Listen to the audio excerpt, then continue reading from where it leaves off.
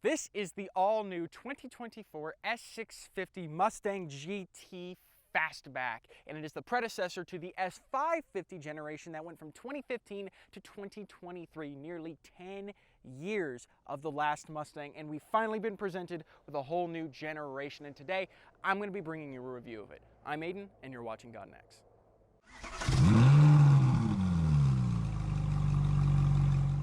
Now, on the exterior of the new S650 Mustang, as you can see, it is a lot that Ford has done to this car to make it look new and exciting. You have new, sharper LED headlights up front, a larger grille up here for the GTs. You also have these fangs that they've kept in the grille as well. Some fake vents down here from Ford. Don't know why they would do that.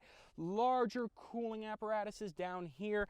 And this one has the Pony Night package on it, which means you get these 19-inch gloss black rims all the way around the car. Now, as for brakes, speaking of the rims and tires, the brakes on this, you get 13.8-inch brake rotors up front, 14-inch in the back, which up front, that is about 1/10 of an inch smaller than last year's, but you get bigger brake rotors in the back this year compared to the last model year of the Mustang. Now, up front on the hood, you also have this larger heat extractor that sits on the hood. And speaking of the hood, let's look under it to see what Mustang has done to the powertrain of this vehicle. Now, of course, we are now on the 4th generation of the 5-liter V8 Cayote motor, which means we get more power this year compared to the last year, which is funny, if I could get the hood open, which is funny because in 2022, Ford knocked the Gen 3 Coyote down from 460 to 450 horsepower, which was a big disappointment. Loss of 10 horsepower, not that much, but still the principle of it. Wouldn't want to see that. But now with the Gen 4 Coyote, you actually get more power than you used to.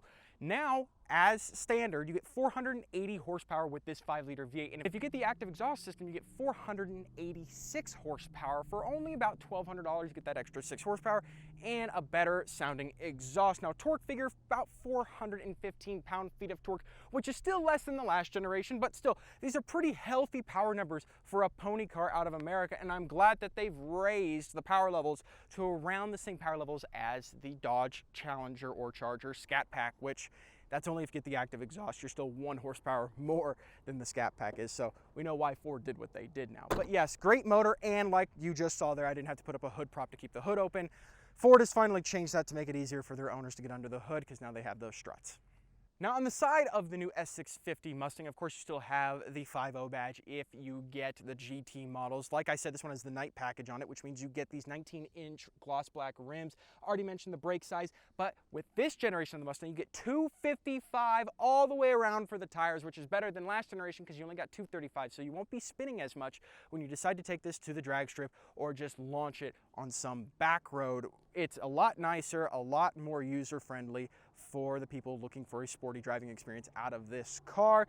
Overall, though, the same body design going down into the back is about the same. You have these new-looking door handles on the side, which are a little cooler looking, a little sharper design than the last generation, but for the most part over here, it does look mostly the same. If you were to just look at it from the side of the new Mustang, it looked nearly identical to the last one. Now let's talk about the back of the new Mustang GT back here. Of course, new taillights that have this weird angle design to them. I think they're cool looking, but it's definitely a big difference from the last generation. GT badge, of course, and a more aggressive rear valence on the new GT than you used to get last time. Now this one has the quad exhaust tailpipes that lead back to the Gen 4 Coyote, and like I said, this is the active exhaust, so let's take a look what they sound like in its sportiest mode.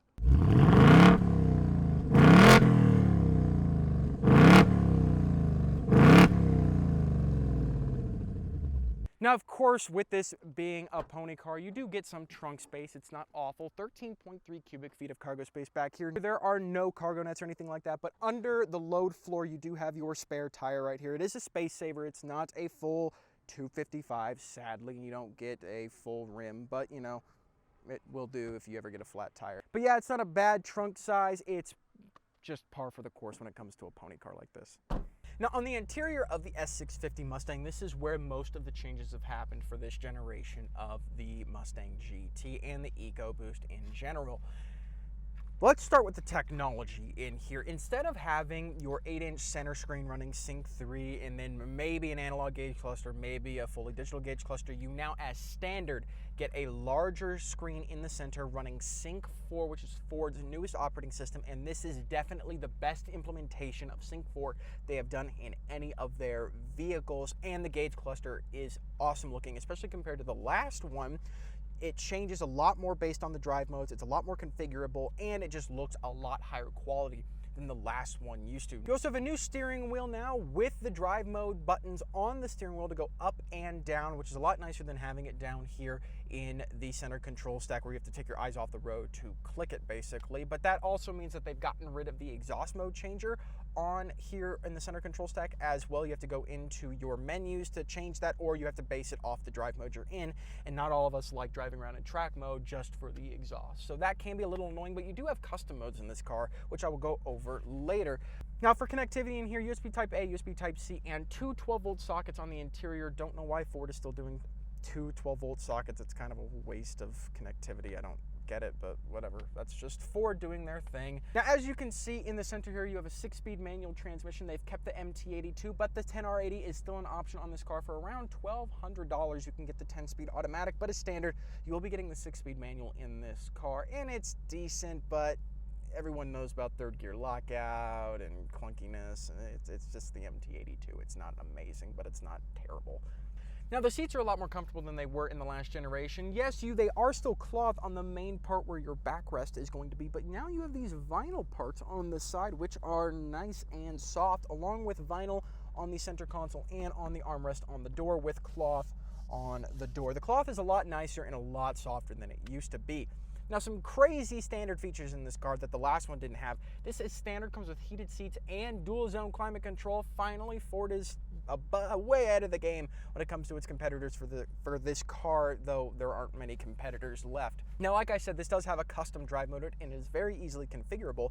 If you click the Mustang logo in the center control stack and you press that, and you look, it'll bring up a My Mustang menu where you're able to configure the custom mode, you're able to configure the My Color system, which is basically the interior ambient lighting, and you're able to pull up auxiliary power gauges, everything like that, and change the cluster theme. On top of that, you also have a track apps area. This keeps line lock, and if you get the manual transmission, you have a launch control mode, and this is also where you can turn on and off the rev match if you don't like having that on, turn on the shift indicators, and basically change the settings on that. Now, as for exhaust modes in this car, of course, you have quiet, normal, sport, and track mode, and you're able to control that through here, or like I said, it will change based on the drive mode you're in as well.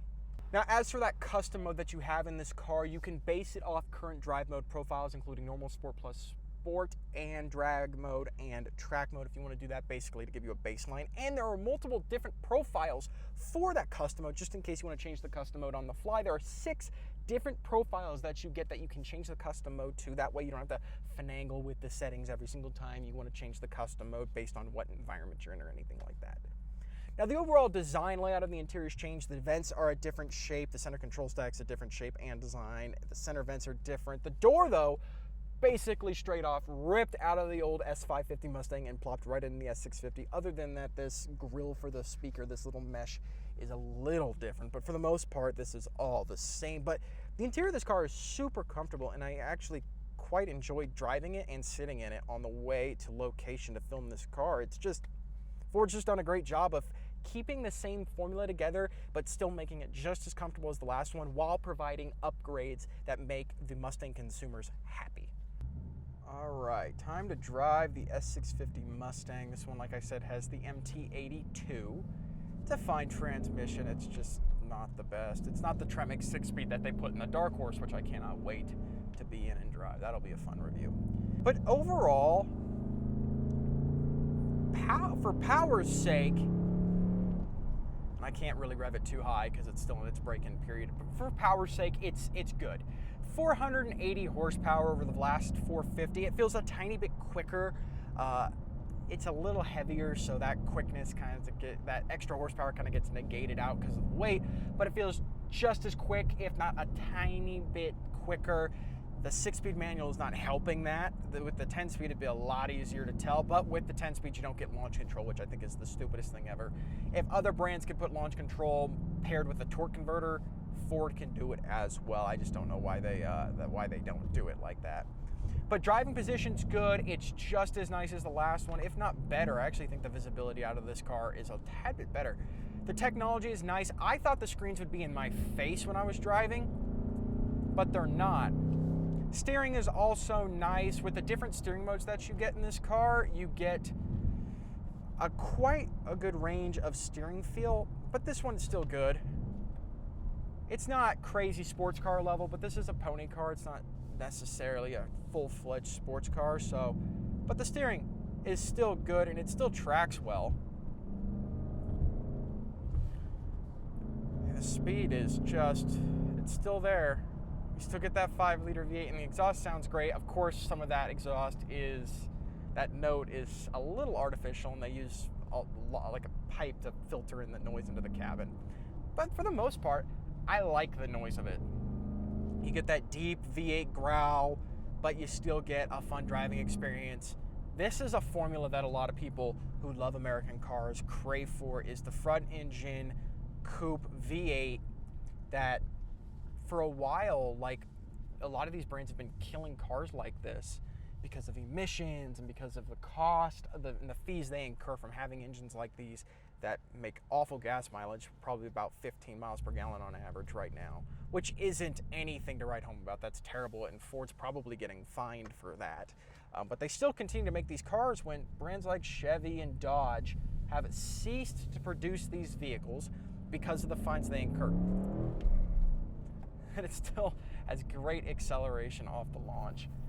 This is still a good car, and I love how easy and user-friendly they've made this compared to the last generation. The drive mode switch on the steering wheel is great, and all of the other creature comforts, the standard options that they've put in this car are so much better than what they did with the last one. The last one kind of felt cheap if you spent the $37,000 on a base, which a lot of people did, and there's nothing wrong with that. But with this one, you feel like you're getting a lot more out of it, which is nice. And it does start a higher price than this one. This one starts at $42,000, which is pricier, $42,000, $43,000. But I think it's worth it with everything extra that you're getting compared to the last generation. You couldn't even get a digital gauge cluster on the last generation of the Mustang GT if you got the base model. But now it's a standard option. And with all the customizations you could do, the infotainment system, Sync 4 is great. They've really done well. And overall, the driving experience of it is nice. I don't really have any complaints, because when I got in this car at first and saw the standard options and the equipment you get for a car, this one has some options. Active exhaust, which adds that 6 extra horsepower, the package on the outside, then there's fees and everything. This one's around $48,000. But I think that's very obtainable for people. Like, they're going to enjoy the car and feel like they got a deal when they go and buy one anyway. So Ford, I think you've done a really, really good job at pricing it. I don't think 48's unattainable. It's more expensive than the last one, which a lot of people will complain about, but with all the standard options you're getting in this car, you can't really complain that much, and it is really comfortable. It'd be a great car to go on tours with, great road trip capability in this car, and like I said, it's just super comfortable. So A+ on the driving for Ford. Now, with only a $4,000 difference in the prices for the trim levels between 2023 to 2024, specifically for the GT Fastback, not the premium, I think it is a worthy upgrade compared to the last generation. A lot of people will now love the fact that the S650 Mustang is going to be dropping in value, especially because the S650 is out now. But I encourage you to go out and buy one of these instead. The technology is far better. You get a lot more power than you used to, especially because Ford cut the old Mustang's power from 460 to 450. And personally, I just think it's a great looking car. And overall, all you Mustang lovers out there, I think this one is perfect for anyone looking for a Mustang and in the market for one today. If you guys liked the video, make sure to hit that like button down below. You want to see more from us, make sure you subscribe, and I'll see you all in the next video.